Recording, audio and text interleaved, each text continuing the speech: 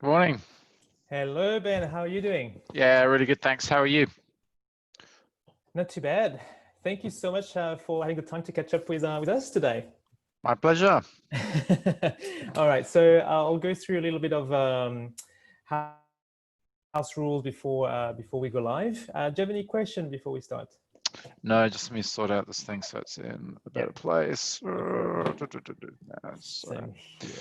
where are you in the world, Julian? Yeah, I'm live from Manly Beach. Ah, lucky you. I'm at Newcastle Beach. Nice. Yeah, so I could just literally come in from watching the dolphins go by. Oh, we don't have the dolphin today. How was your swim this morning? It was excellent, thank you. It was Nice. very good for the soul.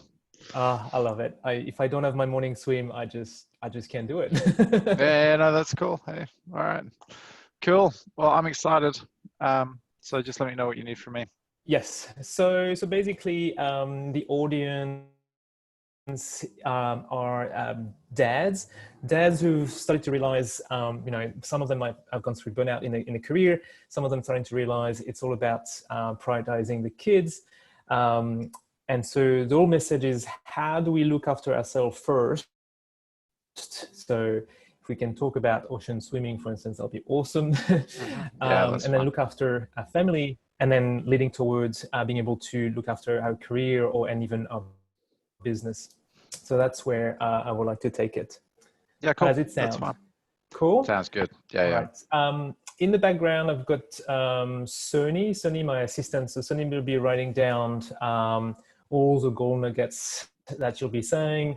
And this way you can wrap up a quick video around it. And then I will send you those videos in a few weeks' time at the same time as we release the podcast. Cool. Sounds good. Cool. All right. I am just getting a couple of things ready on my end. Okay, I just want to get this thing a bit bigger. If I can. Is that better? Okay, cool.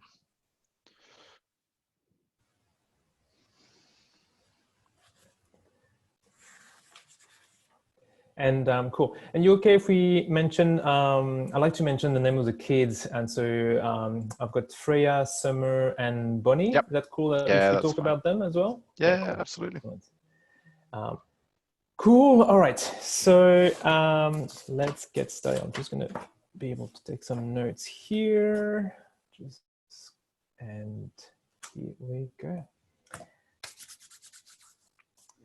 All right, welcome to a new episode of the Future Proof You podcast. And today I've got Ben Hutt with me, and I'm really excited because Ben is the CEO and Managing Director of Evergreen, which is software business focused on optimizing everything around energy, and he'll tell us more about it. But he's also the dad of three girls, and is an ocean swimmer. So we have a lot of things in common, and I'm excited all about this. How are you doing, Ben? Yeah, I'm really good. Thanks, Julian. How are you? Not too bad. So you're calling us from Newcastle. Can you tell us a little bit more about what you do at work, and then tell us a little bit more about your own family? Yeah, sure. So I was born in England, fell in love with Australia about 25 years ago, and so I've lived here for more than half of my life now. I'm the father of three daughters, as you said. They're 7, 9, and 11.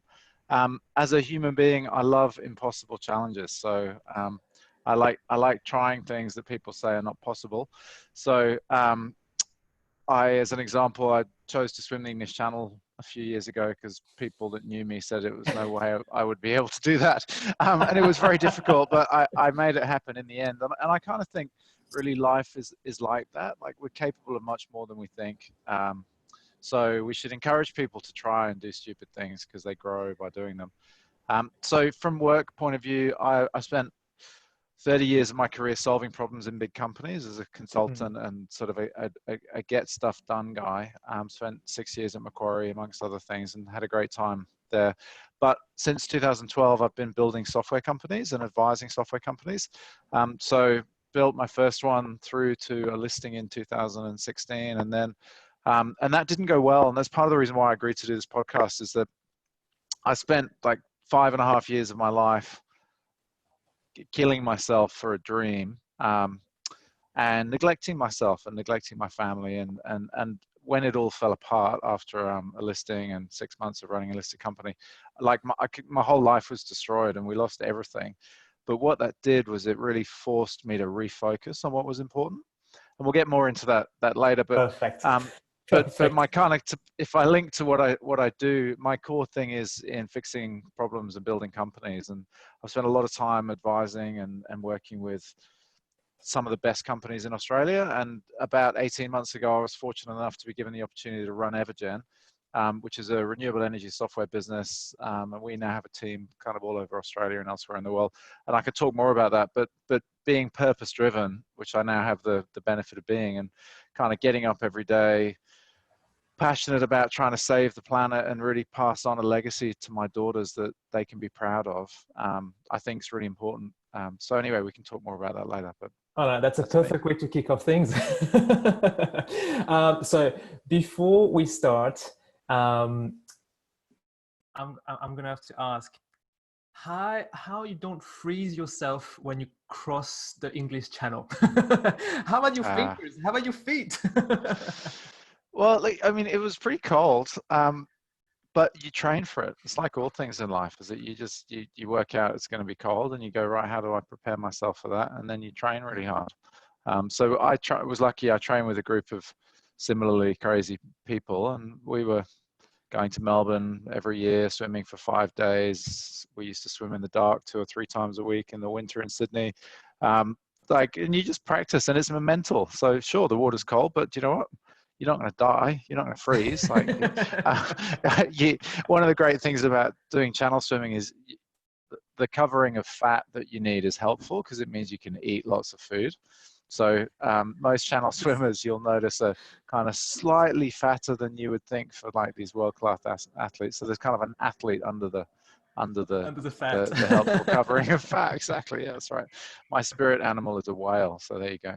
Nice. A whale. Mine is a turtle, so we're kind of catching up. Yeah, cool.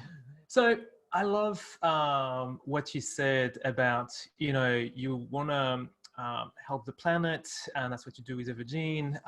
You're looking after yourself, and you want to give a great legacy to your daughters. And you hinted that for a while you were killing yourself when you were building your business. That sounded really successful at the time. You were listing it publicly, which is, is a goal of all entrepreneurs. So why did you decide to make you and your family a priority, or to find the harmony between the business, the family, and yourself?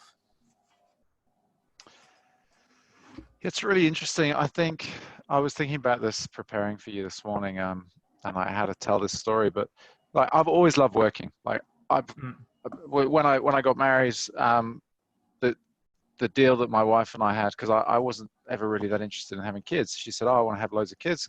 I said, "All right, I'm not bothered. So you look after them, and I'll pay for them." It was pretty much, and that was the only conversation we ever had about it. And then we had a bunch of kids, and I was working really hard, and I was at Macquarie, and like I found the transition from not having kids to having kids really, really hard, because instead of being kind of the top of the pyramid, kind of like pregnancy is challenging for men, and then the first 2 years of a new child's life is challenging because the baby didn't really want you. And I kind of found that really emotionally pretty difficult.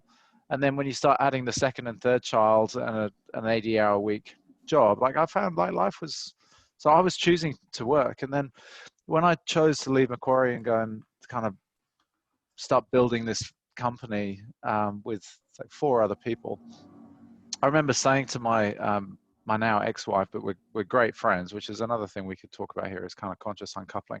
I remember saying to her at the time, it'll be 3 years, we're going to build $1 billion company, and then we'll be free. Right? 3 years. And that's it. Just 3 years, no and then it'll be exactly fine. Right. It'll be fine. Exactly right. And so in there's a hint of optimism that I think all entrepreneurs need, which is, you know what, this isn't I'm not going to do this forever. It's not, but it's kind of a bit like swimming the channel with these things, which is that, like, you say it's only 21 miles, but stuff gets in the way, and the tide changes and the wind blows and you get stung by jellyfish and all sorts of shit go wrong. That means that most people quit. And my thing is, like, I've got a few key strengths, and one of them is I'm really tenacious, and I'm really stubborn, and I'm really persistent, and I don't quit.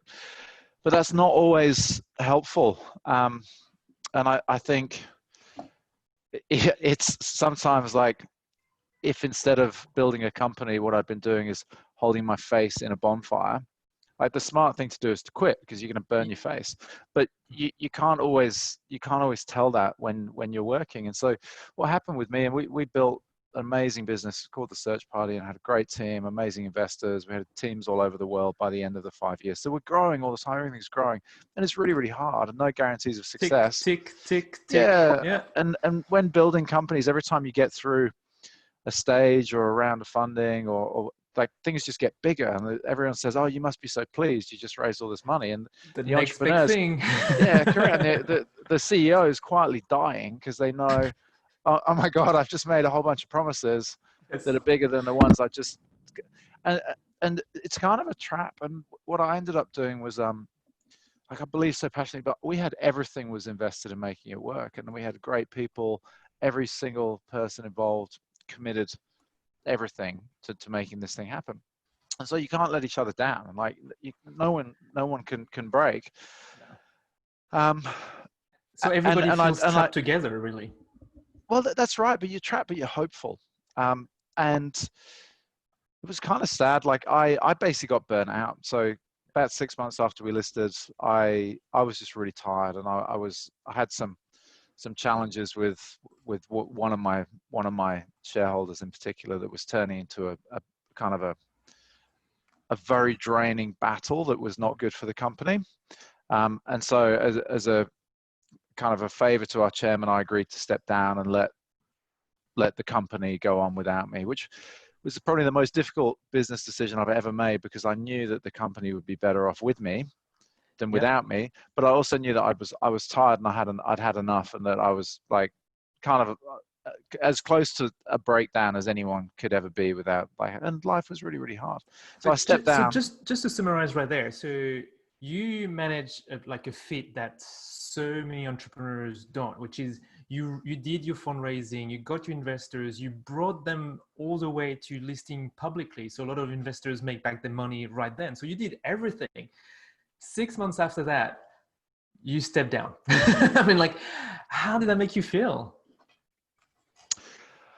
In some respects, I was liberated, um, but in some respects, and mostly, I felt like I'd let everyone down. Mm. I'd let my team down. I'd let the people that trusted me with their money down. And knowing that what was going to happen without me was probably not going to work, made it harder to have done that. But equally, I kind of didn't really have a choice. What was really hard, though, was kind of watching what happened, which was that my listed company, that was still worth many millions of dollars, and which I was the third biggest shareholder in, then died, and I couldn't take any money out of that, and my whole Oh, family, like, I was still no, no, no. tied in there, of Yeah, course. yeah, yeah. Yeah, So of course. everything went to zero, and there was nothing I could do. So the feeling of being completely powerless and strapped on someone else's kind of train wreck, Rocket. Yeah, yeah. was very difficult.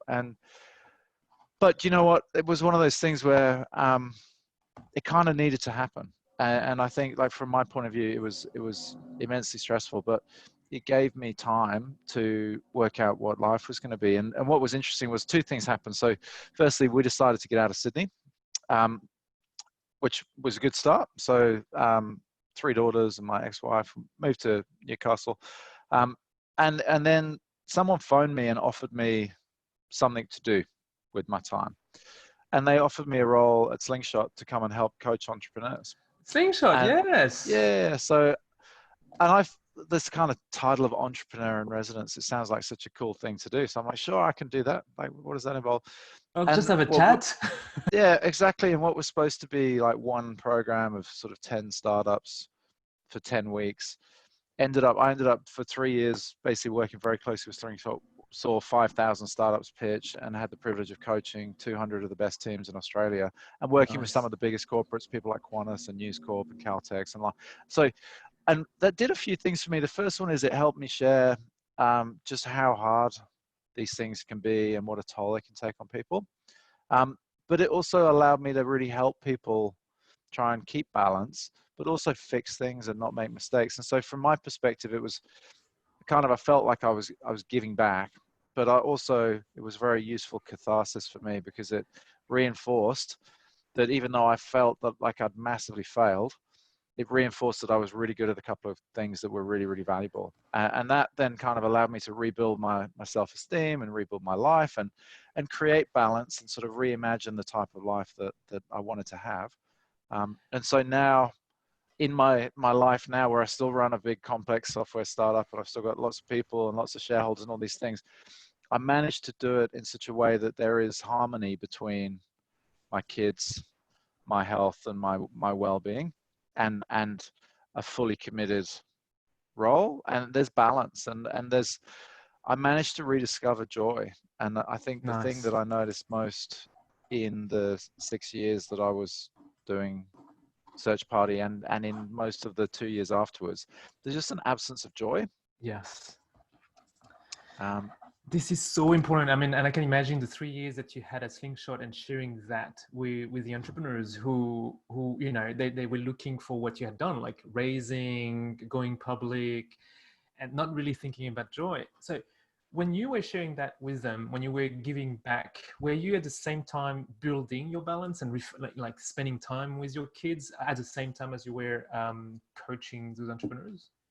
I was incrementally. And so kind of interesting parallel here was that in rebuilding my life, like my wife and I, and we're still like the best of friends. Like Sash is probably my best friend and always will be. We decided that we didn't want to be married anymore, Mm-hmm. and so but we decided that there's this thing called conscious uncoupling where you say, hey, there's 4 pillars in a marriage. There's like parenting, and there's friendship, and Yeah. there's money, and then there's kind of intimacy. And the way the story goes is that if there's only 3 of the 4 pillars working, then you shouldn't be married. You should just be friends and parents. And so we agreed that was right for us. But then, kind of working through that without damaging the kids and with letting everyone know it's okay.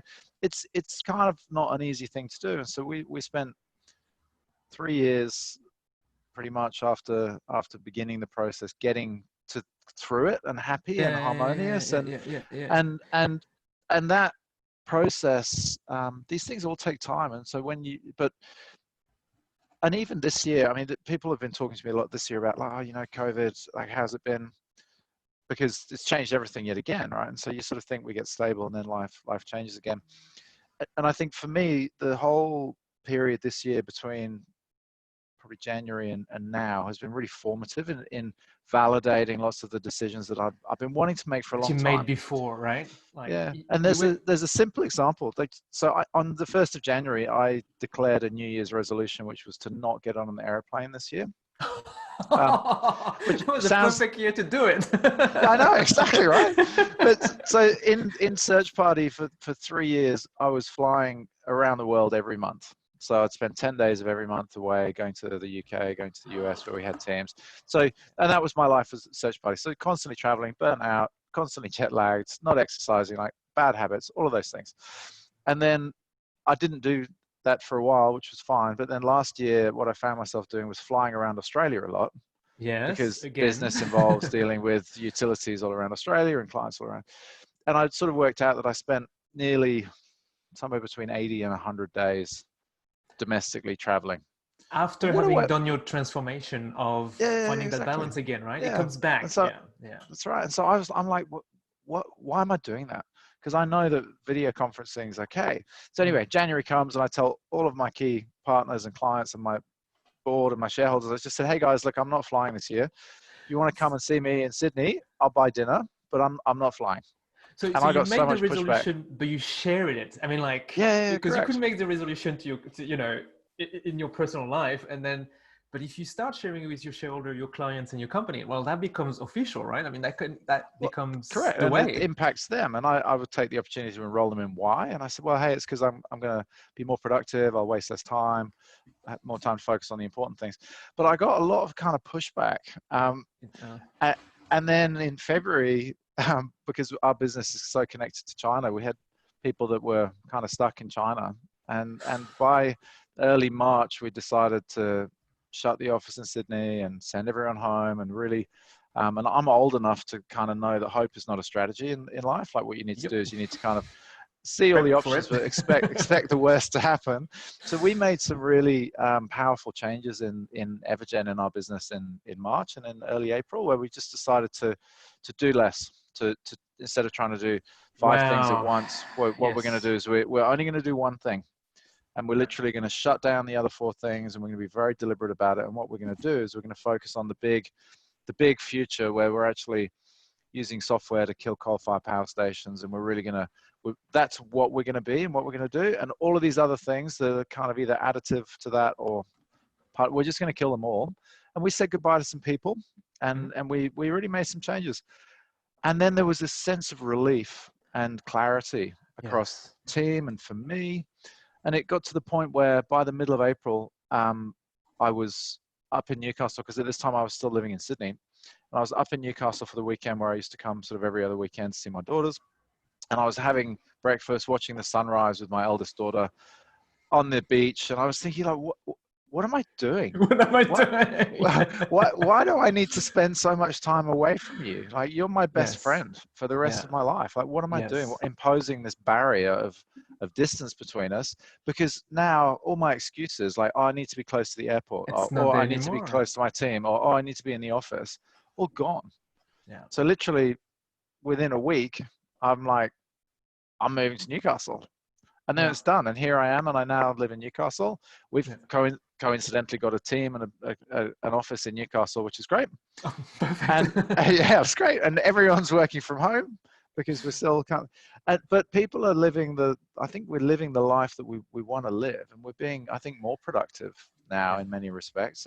And I miss social contact. Like, I'm a bit of a hugger. So I Yeah. miss hugging Yeah. my Yeah. friends, and I miss socializing. But I think it's been a really good way to focus and imagine that life's going to be simpler for a while now. And I think that's a good thing. It's I like what you said about let's decide to do less, because I was running a program with Fishburners. So there were six entrepreneurs, right? And they all signed up before COVID started, right?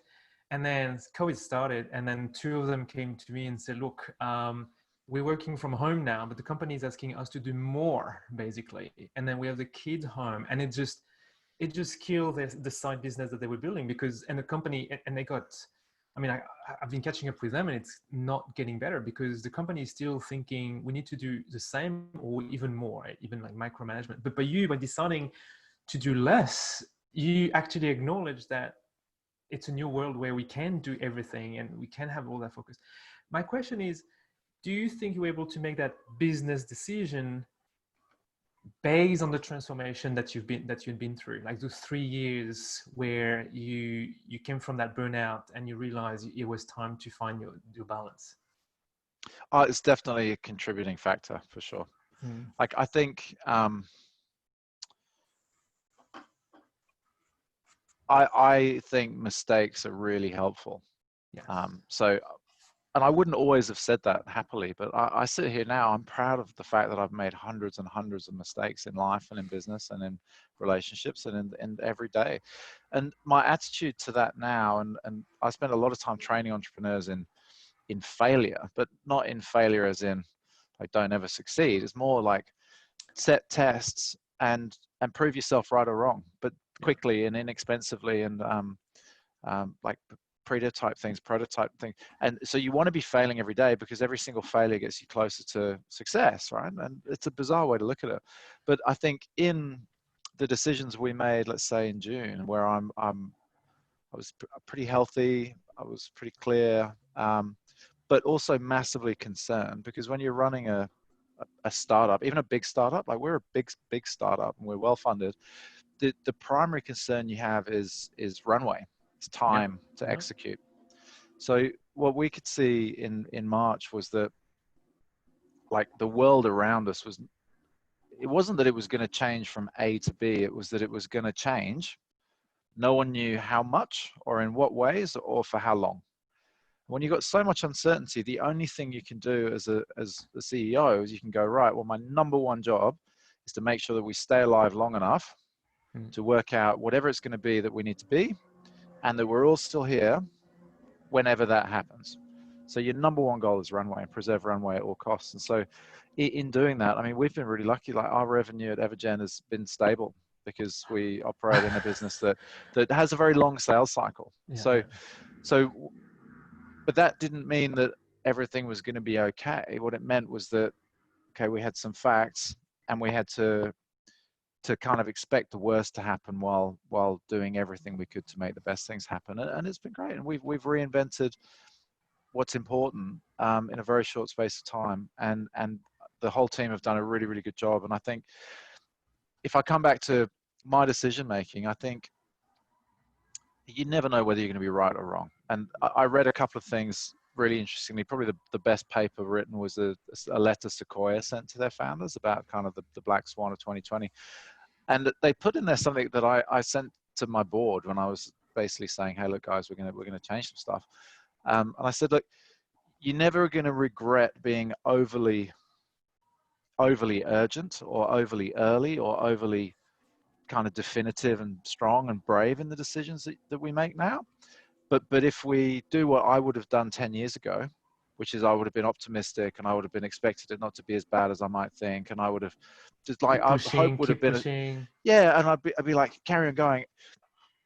But you're definitely going to regret not taking action quick enough or drastically enough if you're wrong, because what was important is that the capital markets are going to dry up, right? Like raising new money in an environment where business models are changing stuff is extremely difficult. So, and I think if I hadn't been as old as I am and having made as many mistakes as I've made, there we go. Then yeah, it would have been different. That's really interesting. I've got a few of the entrepreneurs that I'm coaching that are going through their first fundraising, and they are all in sustainability. It's through the Green Light Accelerator at UTS, and they were in touch with a lot of investors, and it feels at the moment it's 50-50. 50% of the investors are actually keener to invest because they see more opportunities in the market, and the other half is not keen at all anymore. So you just don't know which investors you have with you. And but it's still, I mean, it's still happening. I mean, we had a pitching night on Friday, and investors came through and invested in companies. But yeah, it's a different world. It's a really, really different world.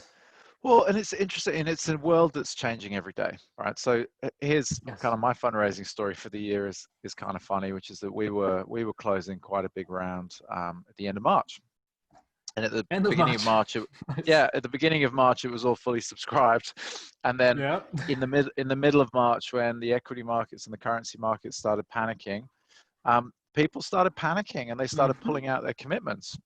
So we lost about $1 million of committed funding in the last 2 weeks of March. But do you know what? That's okay. And there's like, I get it. So it's fine. But I think I believe always that people will always back good people. So I think, and I've led lots of investment decisions from funds, and at Slingshot we ran quite a big fund, and I worked very closely with some of Australia's leading VCs for many, many years. And I think it's always people first, right? Yes. And I think if you can develop a good relationship with investors and they know that you're thoughtful and you're considerate and you're capable and you're persistent, then it's usually not often the idea that people are going to support. It's the belief that even if your idea is not quite right, you'll be tenacious and you'll be persistent enough to work out what it is and what you can turn it into that is of value. And I think that attitude is still true. And I mean, there's definitely still money around. I mean, from my point of view, again, here's the cautious kind of bear in me, is that I think for the last 3 months, markets globally have generally been living on hope. And I think if you ask me, is it appropriate that stock markets have been going up whilst millions of people around the world have been losing their jobs and governments have been propping things up? Like, is it natural to expect that companies' earnings are going to go up over the next 12 months or go down? Yeah. I live in a world where they're probably going to go down. Yes. But again, I'm not like a stock picker, but what I'm saying is that whilst there's lots of things out of our control at the moment. Like, can we control the extent to which coronavirus impacts our communities? Only a little bit by doing the right thing. But these things outside our control will definitely impact our businesses and our ability to get things done.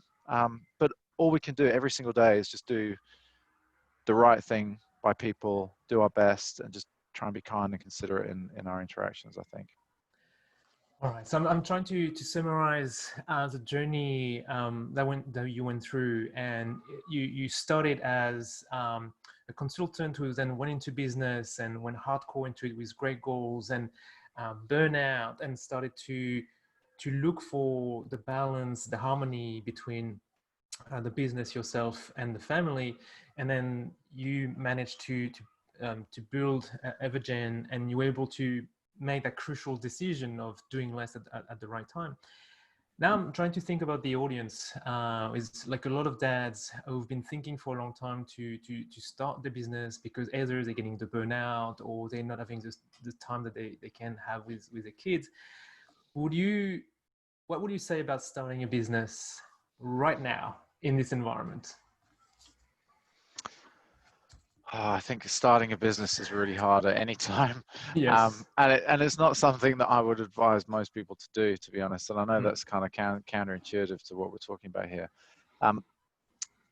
But I think we're going through a massive transition as humanity. That means it's going to be more important to start something than ever. Yes. So there's a documentary. I've got like a couple of books and a couple of things that I'll suggest people watch to get Nice. some Yes. perspective that I share, right? So one of them is a lecture that you'll find on YouTube called The Third Industrial Revolution, which is, it's about an hour and 30-minute lecture given by one of the US Stanford economics professor who happens to advise governments on climate change and on jobs and some of the real big human issues. And the short version of this is I think we're going to enter into a much more value-based economy. And to some extent, the working from home that we're all doing is really kind of proving this, is that people can no longer see how much effort people put in. They can only see the outcome they get out. And what that's going to do is it's going to kind of democratize the labor force quite a lot. It's going to make it easier for people to live in regional towns. It's going to make it easier for people to work from anywhere, as long as their work is something that can derive value either for the company they work in or for themselves as the individual. So I think when I think about this, I think about my children and how do I prepare them for the world that they'll live in when they start thinking of working in 10 years maybe. So the eldest 11. I had my first job when I was 12, by the way. So I worked every single school holiday from the age of 12, which I don't see them doing. But what I say to them is, like, try as many things as you can in life and find the things that you're naturally really good at or capable of being excellent at, not just average at or adequate at. This is kind of goes back to Peter Drucker's theory of kind of work and life. Is like, you're only ever going to be top 1% performance. It's something that you're naturally extremely good at, and then you practice. So if I was going to try and start a business now or start a side hustle or start something that was going to support me and my family for the rest of my life, I'd come back to the one or two things that I'm extremely good at. Yeah. And I'd find a way to do them every day. And I'd try and do a really good job of thinking about who those things would be most valuable to. And then I would do that, because that way I'll be enjoying what I'm doing. I'll be naturally doing things that I do well. And I think that thinking about life like that is a viable thing to do. And going back to being a value-based economy, you're bringing your value to the right people, to the people that you Correct. know will appreciate the value. That's beautiful. Correct. I was looking for that YouTube link. Do you remember the name of the professor by any chance? I can find it while we're doing this thing. Cool. Because there's quite a few on the third industrial revolution. That's all right. But I'll give it to you in just a second. Shall I give you a couple of other things that I quite like? Yeah, go for it. Yes. So I think one of the things that was transformative to me is that when I was lost and burnt out, I had a coach who helped me, and she gave me a purpose and helped me really find a purpose for my life. Like, what is, as a father, what is my purpose? Is it to feed them, or is it to educate them, or is it to be there when they need me? As an employer and Like, what are we doing here? Like, anyway, there's all these big Yeah. questions you can answer, and the philosophy of life is kind of an interesting thing. And I was lost, and I developed this purpose that ended up being extremely simple, which is to just be present and give it all Wow. to whatever it is I'm doing, whether it's talking to you or whether it's hanging out with my kids or walking my dog or whatever it might be. It's like, just be present and give all of your attention to that, whatever it is, while you're doing it, and don't do other things. And for me, I found being conscious about what I'm actually doing and focusing on it, whatever it is, it's very easy to realize if you're doing the wrong things or things you don't like or things you shouldn't be doing. And it's equally the results you get when you're fully present with someone, Yes. much greater. And the subcomponents of that, things that are important to keeping me alive and happy and balanced and sort of eating well, and is being in nature. And that doesn't necessarily mean going for a swim in the ocean every day, although I do like doing that. It makes me feel amazing. But if you're walking around in the city and you see a tree with a lorikeet on it or whatever, just recognize how amazing that is. Yeah. That there's kind of a lorikeet in the city, and there's this. So I think that's super important, and obviously making good decisions about what you eat, what you read, and getting enough sleep and things like this kind of seem obvious, not always easy. So I think kind of exercise, meditation's good. For me, it's funny. Like 2 years ago, you would have said that to me. I'm like, oh my god, what is he on? You know, like being present. I heard that before and so on. But now, I need that time in the water because it's quiet and I can finally be with myself and be present in that moment in the morning. Help me to be so much more present with my kids for breakfast, or then be present with my students or my clients at work. And I realized by making that time available early in the morning, that's what helped me being more productive and getting more value and giving more value at all times. So it's, I'm going to make a clip around what you just said, because I think that's one of the biggest value. It's, if we start practicing it, we start getting the benefits from it. I agree, and I think I try and get up really early. I'm normally up sort of 5:30 every day, and I go and do something, go for a walk, go for a swim, take the dog for a walk, do some exercise.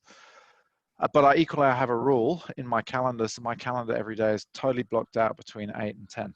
So I don't want to talk to anyone else between 8 and 10 unless there's an emergency or there's something unscheduled or there's something bad happens, because that's my time for organizing my day and planning what I've got to do and making sure that all of the email and all these things is done. And if I don't have that time, or at least 90 minutes of that 2-hour window in the morning, I find that I'm really grumpy all day.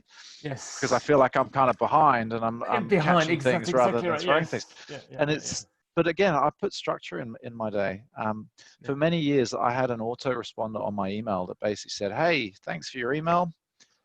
It's really important to me, but I don't spend all day sitting on email because I'm busy trying to focus on other things.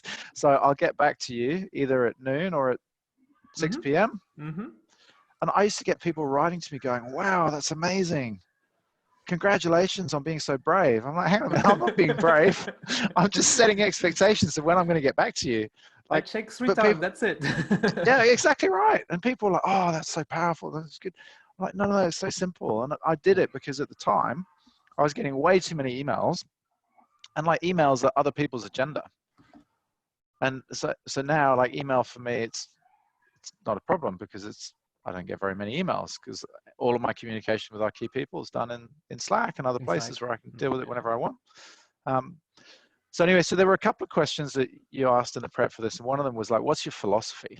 And I was like, "Oh, that's such a good question." Yes. And I think there's a couple of really good friends of mine who are like wise old startup guys, and one of them's adopted this philosophy called Stoicism. And I thought, oh, maybe I'm a Stoic. Maybe I'm a Stoic. And I looked it up, and there's lots of things to like about being a Stoic, which is kind of like, it's almost can be encapsulated by thinking about a Roman warrior, which is that you just got to march on and you can't complain about anything. You just accept that bad stuff's going to happen and you just push on through without complaining. And I'm all for not complaining and just for kind of dealing with life as it comes up. But the thing I didn't like about it is that it said you had to do all those things with an absence of joy. Oh, I'm like, no, like you can't do that. Oh. So I lived, I would say, for the best part of 10 years without being joyful. Mm, Maybe small moments of joy, like there's something, for instance, when you're in the ocean, if you body surf on a big wave and you just have a moment of just pure focus where you like that, I would find things like that joyful. But if I think back through, like someone asked me recently, "Oh, how did you celebrate your 40th birthday?" I'm like, well, I don't remember because I was probably preoccupied with work. So I just think we need to find the joy in everything we can, because like existence is challenging. And I mm. think if you do Yeah. it without being happy about it and trying to find small things to be happy about, then there's no fun in that at all. Look, I should be sending you some other quotes from Stoicism. There is encouragement for joy. Okay, I'm glad. Wikipedia needs updating. Yeah, no, there is, and because I'm really, I discovered Stoicism about 2 years ago, and that became my parenting guide. That became because I only found it as common things to do, like common knowledge, common things like focus on yourself, focus on what you said about um, I'm optimistic, but I get ready for every other thing that could happen as well, right? I think that's the view of Stoicism. So you're not surprised by what's going to happen, but there is there is joy. There's joy Okay, in I'm glad. there. I'm glad. But I'm glad that you mentioned it. So you're basically saying that your life philosophy now and is be present and giving it all, and having joy all the way, right? Trying to find the joy. I don't think joy is a common thing. um, well, I'm quite enjoying talking to you now, to be honest. It's good. But Mm. I just think we need to, it's like gratitude. So I practice gratitude every day. Uh-huh. So literally before I go to bed, every single day, just two or three things I'll mention to myself that I'm grateful for about life. Because you know what, life could be a lot worse. Doesn't matter how hard your life is. There are 2 billion people who live on less than $1 a day, who have no access to water and healthcare. And like, we're not one of those people, right? So be grateful you're not one of those people, because life's a lottery. And I think there's a whole generation of people, particularly in Australia, that are just too entitled and think that life should be a free ride and easy, and people shouldn't have to work. And you know what? It makes me really upset. So be grateful for whatever it is you have and whatever challenges you have. Um, and I think kind of where I'm at now, and I think is relevant to this conversation and all the uncertainty that exists in the world, is that I think we can be very deliberate about what we do with our time. Yeah, yeah, And this yeah, whole yeah. thing about me suggesting that we should all do less, it actually doesn't mean we should do less. It means that we should try and do fewer things. So my whole thing about be focused and be present and give it all, it really means that just do one thing at a time and be wholly concentrated on it. So in a business sense, what it means is like have one goal, not 5 goals that you're trying to do at the same time. From a personal perspective, it means like don't multitask. Like if you're trying to spend an hour with your daughter, spend an Yes. hour with your daughter. Turn your phone off. Like Turn the just phone off because they yeah, see they see you looking at the of course phone. they do. And then exactly right, they do. And you know what? This coach I worked with, who helped me with my purpose, I was very sad about my relationship with my kids at the time. Mm. And he said to me, look, go and ask your children, because I was guilty about being away all the time and not Mhm. being there and being grumpy and all the rest of it. And he said, look, go and ask your kids individually at bedtime or sometime, like how you could be a better dad to them. That's a really good exercise. Yep. Yeah, it was such a great exercise. And all they all said was, spend more time with me in different ways, but just Yeah, be yeah, here yeah, more, yeah. be with me more. And so like back to life now, like my decision to be living back in Newcastle, not living in Sydney, which seems like a relatively small thing, monumental, because what it means is that I'm available and I'm accessible, and that I can help out and I can be here and I have them come and stay with me all the time. Not Nice. always Not, all of not. them. It's unscheduled. I've got the dog staying with me at the moment. He's just like hanging out for a few days. And it's like, so the bubble of life is much more flexible, which is great. And Yeah, yeah. the kids have responded really well to it. So things are good. I like. So I my whole really thing like this exercise. That's awesome. Like when I asked my son, he said, "Can you spend less time on your phone when you're with me?" great, yeah, and so you should, so And you so I should, should. exactly. And that's the whole thing about like being present and giving it all, Yeah. is that if you adopt that, so next time you're with your son, having me said this to you now, when you pick your phone up, you'll go, no, no, hang on a minute. Your little voice in your head will go, no, no, no, hang on a minute. I'm not being Yep. present. I'm not giving it all. Bring it back. Yes. Yeah. Yeah. So the other things I would think that I would just give people as a quick word of advice would be like, so enjoy. Have you gone? You still there? Okay, two quick things. Go for it. Okay, so do fewer things and do them better. Um, Try and enjoy simple things done well. So, like I've noticed through COVID times, cooking a lot more food and taking pleasure in slow food and growing things and being creative. Um, I think as humans, whether it's fathers and daughters or people generally, I think if we listen Mm. more, speak less, listen more. So it's like the two ears, the one mouth thing that we should all be told as children. And I think if we can be kind at every opportunity and just on balance be kind rather than being judgmental, life gets better. And it's really difficult with kids. And then I just think we should all just try and find one thing to do every day that makes a difference, either in our work or in our relationships or in to the planet or whatever it is. If you just feel like you go to bed every night having done one thing The one that thing. Yeah. makes a difference, life's better. It's, you know, a lot of the thing that you're saying, it resonates so well with stoicism. Like That's the one good. one thing a day, 1%. It's I love it because when you focus on doing one thing a day and you actually, well, you actually get to achieve it, and there's that feeling when you go to bed and you do your gratitude, is like, bam, I actually did it. You know, I Yeah, don't feel like I'm behind. I did it, and that's all that matters. Oh my god, it took me so long to get to that point. Like a I really, agree. really long It's time. taken me my whole life. That's a long time. Same. I had my wife doing it next to me for 4 years before I realized I could do it too. That was so I really love that that we're finishing on this. This is awesome. Thank you so much. It's been so much fun. I've just been following that conversation, but not always going the places I wanted. But I just loved it. I really enjoyed it. I wanted to thank you for your time. How can we follow you? How can the audience follow Ben Hutt? So LinkedIn's probably the best place. Just look me up, Ben Hutt. Follow Evergen, renewable energy software. We're pretty active and there's lots of good things happening. Um, I'm on Instagram. I don't tend to share a lot because I'm kind of private, but you know, there's this like whole public thing and then some private stuff. But no, I'm around. You can find me. If you look for me, you can find me. It's pretty easy. Cool. I'll put the link in the show notes so people can stalk you Great. then. Awesome. That's great. Thanks, All Julian. right. Thank you so much. Thank you so much. My pleasure. Stay in touch. Cool. And good, you are done.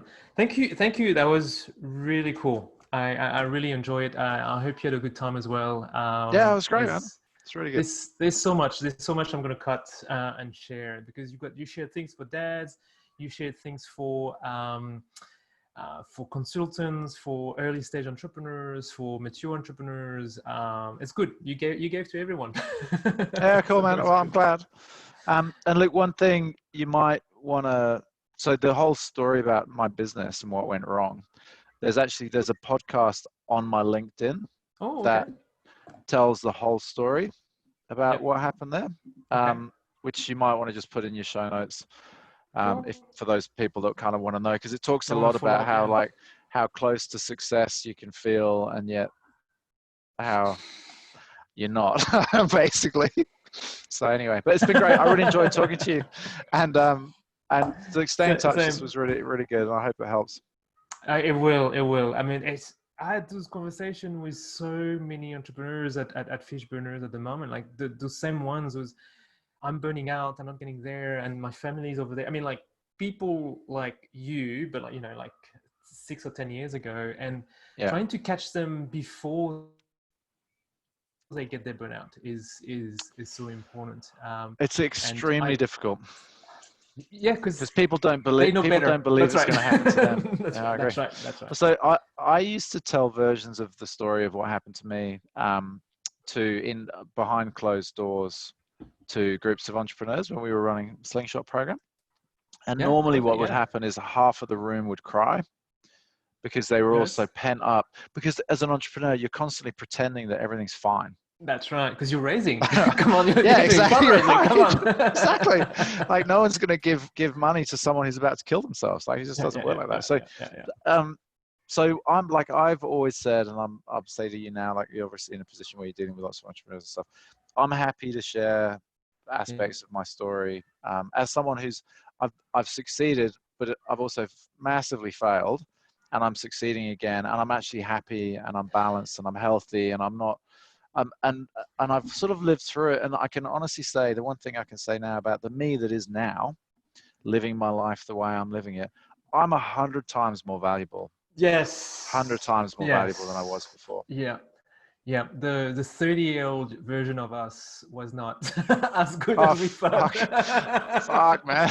I wish I could go back to 25 now, knowing everything I know now. So, but anyway, the way I switch has been great. Thank you so much, Ben. And I'll get in touch with Renee to let you know when it's available and being released. Cool, man. All right. Stay in touch. Have a good day. See you. You too. Bye.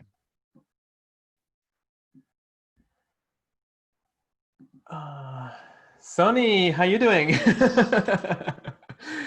Well, you came back for a very interesting one.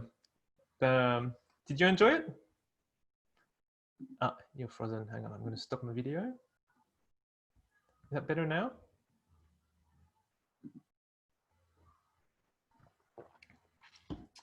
Okay, so while we come back online, I'm going to stop the recording here.